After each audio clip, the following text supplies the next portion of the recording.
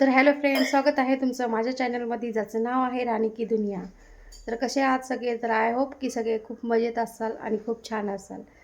तर चला, आज तुम्हाला एक नवीन रेसिपी दाखवत आहे, जी माझ्या आईच्या हातची आहे आणि खूप अशी चविष्ट रेसिपी आहे ती. तर ह्या रेसिपी बनवायला, हा पदार्थ बनवायला खूप असा वेळ पण लागतो आणि खूप असे पदार्थ पण लागतात. तर ती खूप कमी वेळामध्ये आणि खूप सगळं एकदम मॅनेज करून खूप छान असे पद्धतीने, एकदम पसारा न करता किंवा काही एकदम खूप छान पद्धतीने असे ती करत आहे. तर चला दाखवते मी तुम्हाला. तर नक्कीच सांगा तुम्ही कमेंटमध्ये, तर नक्की कुठला हा पदार्थ आहे. तर चला मग.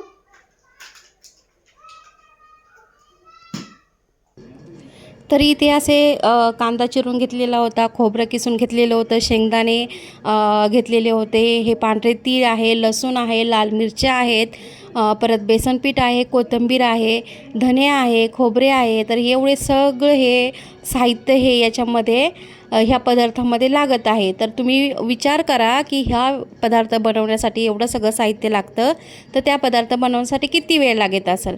तर हे खोबरं असं बारीक किसून घेतलेलं आहे पूर्ण असं.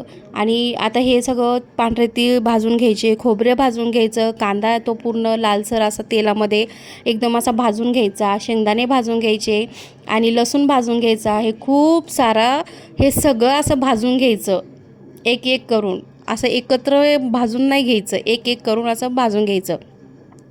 तर खूप असा वेळ लागतो ह्या गोष्टीला, ह्या पदार्थ बनवण्यासाठी. त्यानंतर हे सगळं भाजून घेतल्यावरती हे परत थंड झाल्यावरती एक एक मिक्सरच्या भांड्यामध्ये एक एक टाकून हे बारीक करून घ्यावं लागतं, म्हणजे याचा भुगा करून घ्यावा लागतो.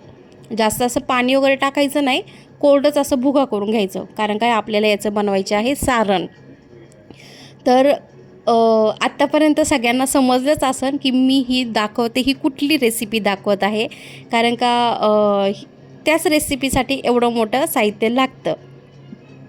तर इथं बनवत आहे माझी आई मासवडी आणि खूप छान अशा पद्धतीने ती बनवते. खूप हाताला तिच्या टेस्ट आहे, कारण का बनवायला पण खूप अवघड आहे. तसं जर विचार केला तर मला जमत नाही ॲक्च्युली, कारण का मी कधी असं एकटीने केलेलं नाही आहे, कारण का माझी मम्मीच बनवते ती.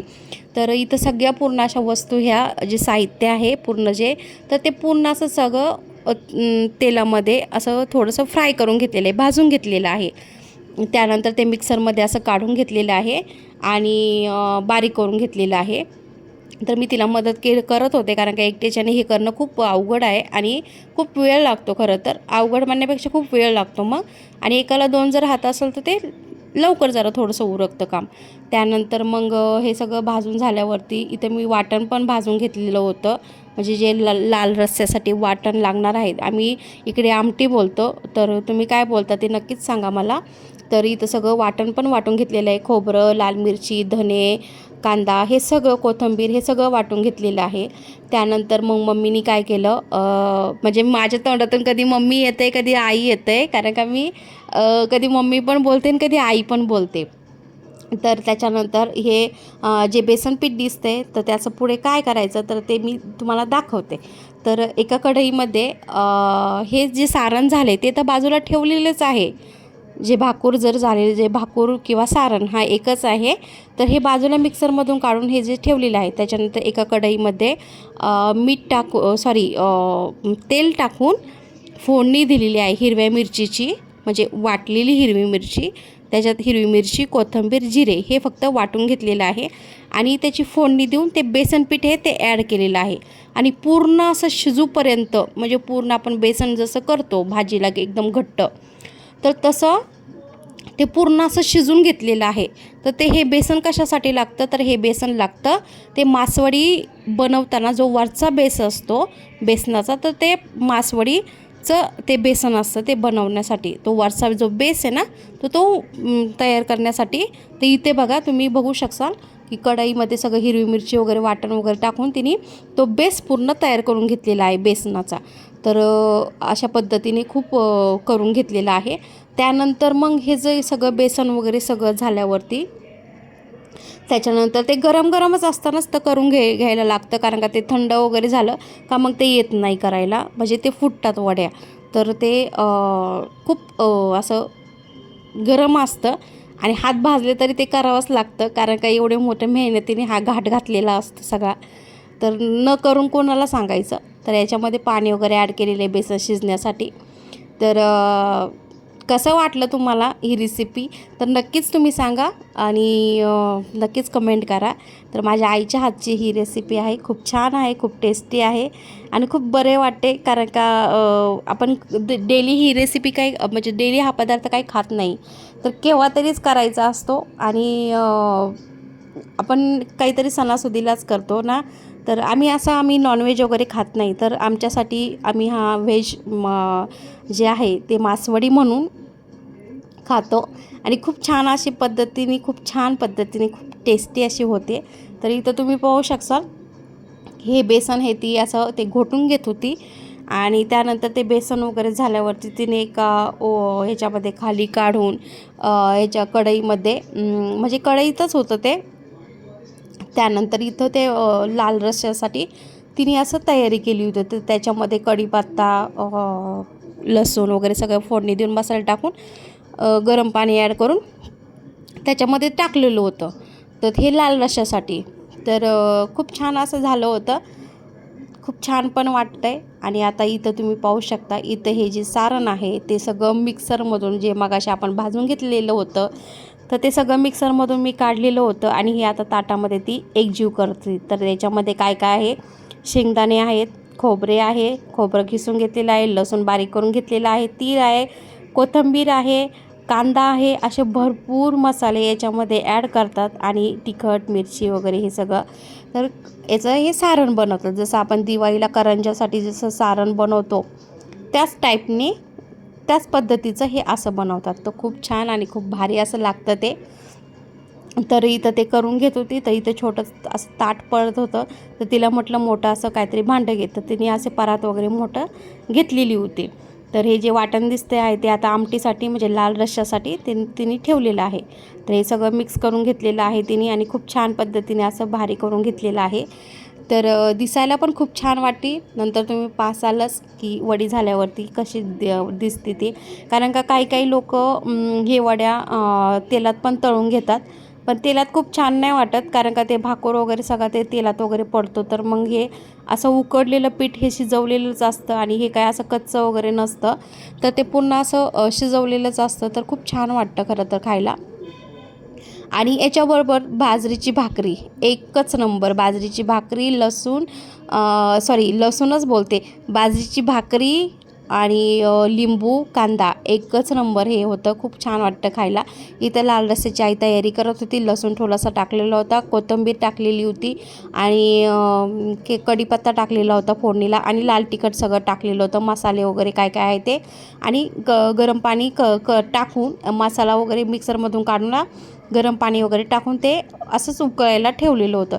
तर तुम्ही बोलसान हे फक्त पाणी आहे, तर याच्यामध्ये लाल रस्सा कुठला आहे किंवा आमटी कुठली आहे, तर हे पाणी नसून त्यानंतर पुढचं जे सांगते तुम्हाला मी, तर पुढे दिसेलच तुम्हाला जे मासवडीचं जे काय आपण मासवडीचं तयारी केलेली त्याच्यामधलं जे भाकूर राहतो किंवा ते वड्यांचं जे साईडचं असतं ते कापून याच्यामध्ये टाकायचं.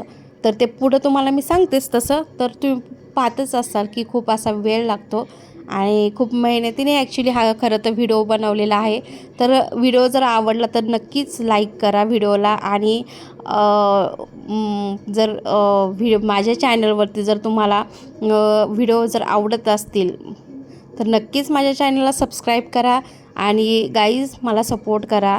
तर तुमच्या एका लाईकने आणि तुमच्या एका कमेंटने तर एखादं जर कुणी ॲप्रिशिएट होत असेल किंवा एक चांगलं बरं वाटत असेल, तर तुम्हाला काय असं पैसे वगैरे द्यावा लागत नाही लाईकसाठी, ओके ना. So please guys keep supporting. आणि इथं तुम्ही पाहू शकता जे उपरणं घेतलेलं आहे ते उपरणं पळपोटावरती तिने घेतलेलं आहे आणि हे गरम जे आहे ते मगाचं केलेलं बेसन तर ते तिने असं थापून घेतलेलं आहे.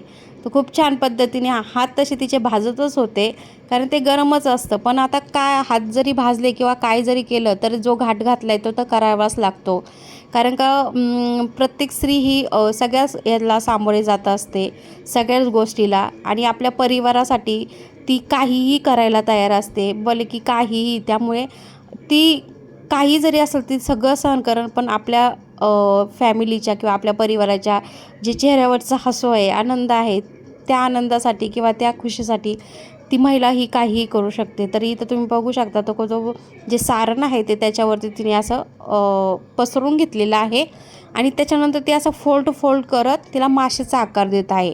कारण की ह्या पदार्थाचं नावच आहे मासवडी.